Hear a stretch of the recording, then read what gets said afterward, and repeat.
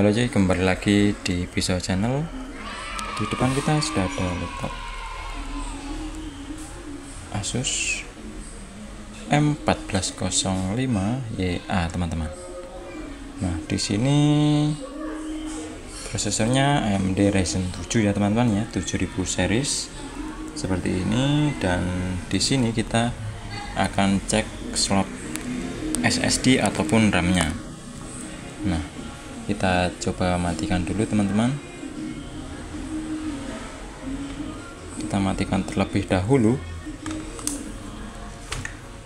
Nah, ini adalah tampilan dari laptopnya. Di balik bottom covernya ini adalah M1405YA ya, OLED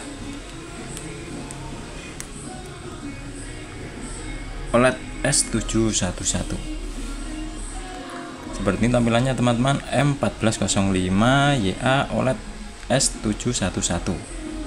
Nah, seperti ini untuk skrunya. Sebelumnya kita lepas semuanya ya teman-teman ya. Sebelumnya bagi yang belum subscribe dulu coy.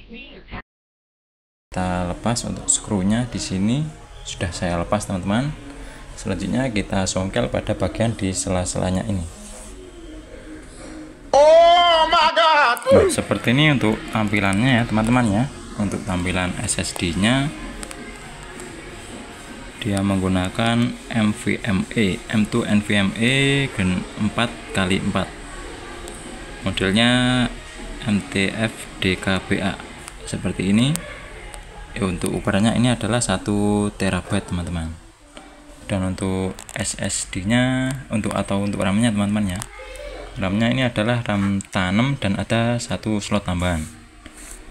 Dan untuk bawaannya ini adalah 16 GB. Jadi RAM tanamnya 8 GB dan untuk RAM yang bisa dilepas ini adalah 8 GB. Kita cek dulu teman-teman, kita lepas dulu slot baterainya dan kita cek di sini. Nah, ini adalah 8 GB. DDR4 3200 AA DDR4 teman-teman ya, mereknya SK Hynix.